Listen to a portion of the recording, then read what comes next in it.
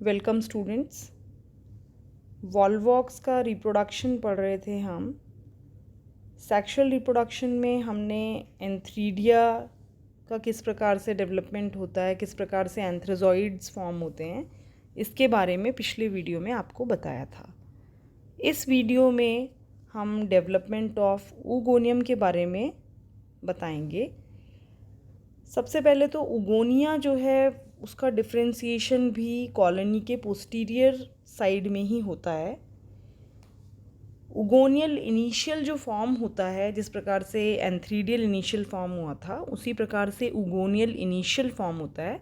और जो उगोनियल initial form होता है वह भी सेल जो इनिशियल की तरह एक्ट करता है वह एनलार्ज हो जाता है, मतलब साइज़ में बड़ा हो जाता है।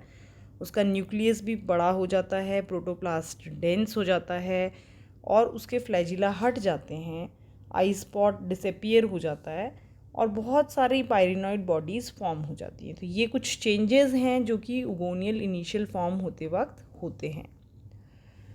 जो मेच्योर ऊस्फियर या ओवम बनता है वह राउंड होता है या फ्लास्क शेप्ड हो सकता है और यूनिन्यूक्लिएटेड स्ट्रक्चर होता है।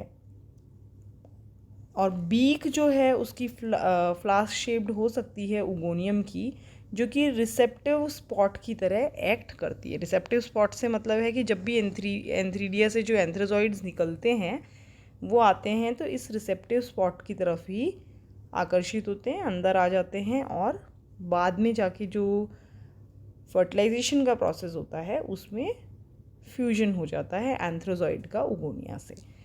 तो ये चित्र है जिसमें आप देख रहे हैं, ये वेजिटेटिव सेल्स दिखा रखे हैं आपको और ये एक इमेच्योर एग इसे बोला जा रहा है। ये इनिशियल स्टेज है जिसमें कि उगोनिया इनिशियल फॉर्म हो रहा है। उसके बाद ये मैच्योरिटी की तरफ बढ़ते हुए ये और एनलार्ज होता है, डेंस हो जाता है इसका साइटोप्लाज्म और ये एक्ट करता है एज एग सेल। ये मैच्योर एग फॉर्म हो गया है और इस मैच्योर एग के पास में आप देख रहे हैं स्पर्म या एंथ्रोजॉइड आ गए। तो ये एक रिसेप्टिव स्पॉट या ये एक पोर्शन है जहाँ से कि एंथ्रोजॉइड यहाँ एंटर होते हैं और बाद में जाके फ्यूजन जब हो जाता है, जाइगोट फॉर्मेशन होता है, तो उसको ऊस्पोर भी कहा जाता है जाइगोट को। और यहाँ आप देख रहे हैं कि ये थिक लेयर भी इसके चारों तरफ फॉर्म हो जाती है। तो ये हमने पढ़ा डेवलपमेंट ऑफ उगोनियम। सिंपल है कि उगोनियल इनिशियल फॉर्म होता है, फर्दर डेवलपमेंट होता है उसमें और वो मैच्योर हो जाता है और मैच्योर होके एग सेल बन जाता है उगोनिया के अंदर।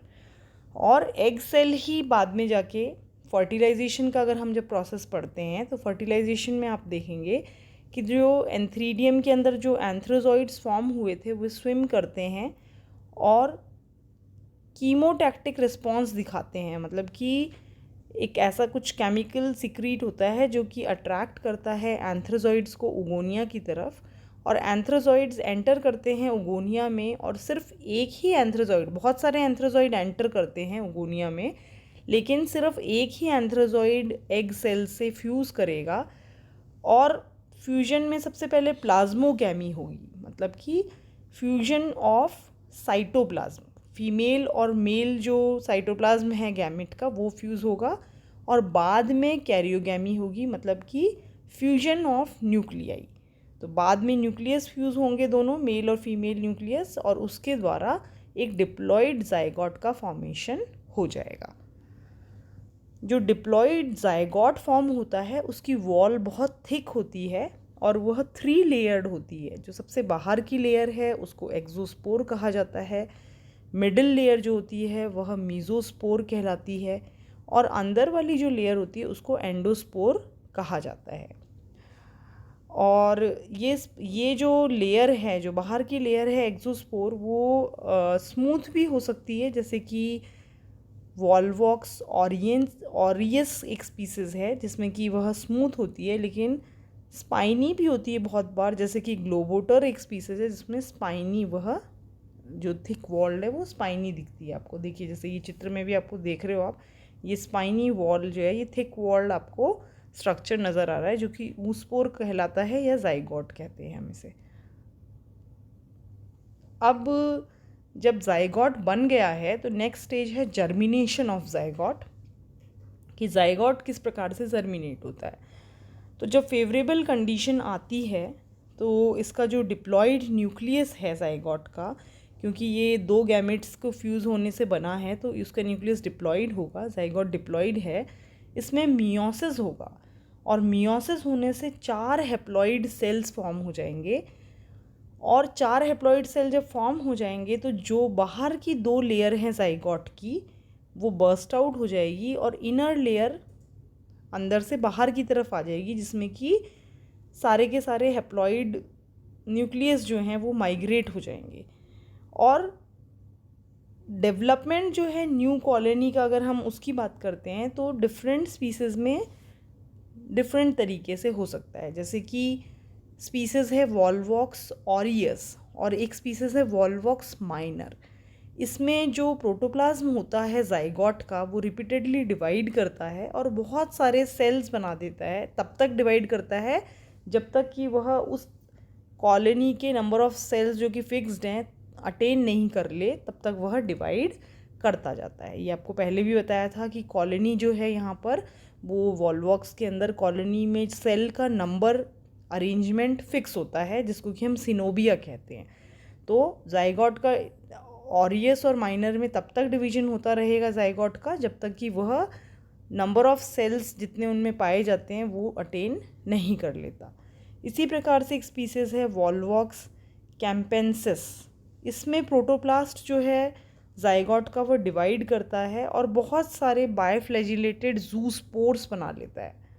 लेकिन ये जो बहुत सारे जूस्पोर्स हैं उनमें से सिर्फ एक ही जूस्पोर सर्वाइव करता है और वो जो जूस्पोर सर्वाइव करता है वह उस इंटरनल जो वॉल है जाइगोट की उससे बाहर निकल जाता है और फिर फर्दर डिवाइड करता है बहुत सारे सेल्स में और पूरा उतने सेल्स फिर बना लेता है वो जितने कि उस कॉलोनी में होते हैं और फिर नई एक कॉलोनी फॉर्म हो जाती है।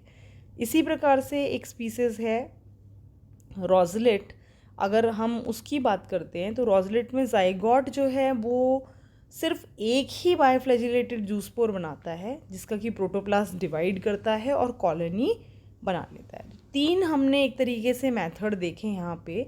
एक तो हमने देखा वॉल्वॉक्स ऑरियस और माइनर के अंदर जिसमें कि डायरेक्टली जाइगोट जो है वो रिपीटेड डिवीजन करता है और कॉलोनी फॉर्म करता है। दूसरा हमने देखा कैम्पेंसिस में जिसके अंदर की जाइगोट बहुत सारे जूस्पोर्स बनाता है, लेकिन उन बहुत सारे जूस्पोर में से सिर्फ एक ही जूस्पोर सर्वाइव करता है जो कि फर्दर डिवाइड करता है और डॉटर कॉलोनी नई कॉलोनी फॉर्म करता है।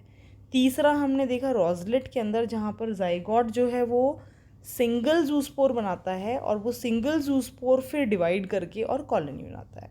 तो सभी जो मेथड्स हैं उनमें आप देखेंगे कि सेल्स डिवाइड होते हैं और डिवाइड होने के बाद जैसे कि एसेक्सुअल रिप्रोडक्शन में आपने देखा कि इन्वर्जन होता है कॉलोनी का, कॉलोनी पलटती है, एंटीरियर जो साइड होता है सेल का वो बाहर की तरफ आता है और फिर फ्लैजिला उसमें डेवलप होते हैं। उसी प्रकार से यहाँ पर भी वैसे ही होगा और एक नई मैच्योर कॉलोनी जो है वह फॉर्म हो जाएगी। जैसे आप चित्र में अगर देखें तो आप देखिए ये एक जाइगोट का स्ट्रक्चर है जहाँ आपको exospore outer layer, mesospore middle layer और एंडोस्पोर यहाँ पर आपको दिखाई दे रही है। 3 लेयर्स यहाँ पर दिखाई दे रही है। ये जो स्पीशीज़ है ये भी जाइगोट ही है, इसमें थोड़ा स्पाइनी लेयर है बाहर वाली। अब बाहर की लेयर बर्स्ट आउट होती है तो इस प्रकार से ये विद एंडोस्पोर डिप्लॉयड न्यूक्लियस के साथ बाहर निकल जाता है और बाद में इसमें जो है मियोसिस होता है। मियोसिस होने से 4 हैप्लॉइड सेल्स जो हैं वो फॉर्म हो जाते हैं। ये इस प्रकार से जूस्पोर जो है उसका स्ट्रक्चर है और जूस्पोर से फिर फर्दर डेवलपमेंट, फर्दर डिवीजन होता है और यंग कॉलोनी फॉर्म हो जाती है जिसको यंग सिनोबियम कहा जाता है। तो ये है आपका पूरा जर्मिनेशन का प्रोसेस। इसमें हमने पहले ऊगोनिया का डेवलपमेंट पढ़ा, फिर उसके बाद हमने पढ़ा कि किस प्रकार से फर्टिलाइजेशन होता है, फर्टिलाइजेशन से जाइगोट फॉर्म होता है और जाइगोट से फिर किस प्रकार से जाइगोट का जर्मिनेशन होके नई कॉलोनी फॉर्म हो जाती है। तो आप इसको बुक से भी पढ़िए। ये पूरा सेक्सुअल रिप्रोडक्शन यहाँ पर हमने कंप्लीट पढ़ लिया है। और नई कॉलोनी किस प्रकार से सेक्सुअल रिप्रोडक्शन में फॉर्म होती है, ये चीज़ हमने देख ली है। अगर आपको नहीं समझ में आता आप कमेंट बॉक्स में लिख के मुझसे पूछ सकते हैं, नहीं तो व्हाट्सएप पे भी आप मुझसे पूछ सकते हैं। Thank you so much.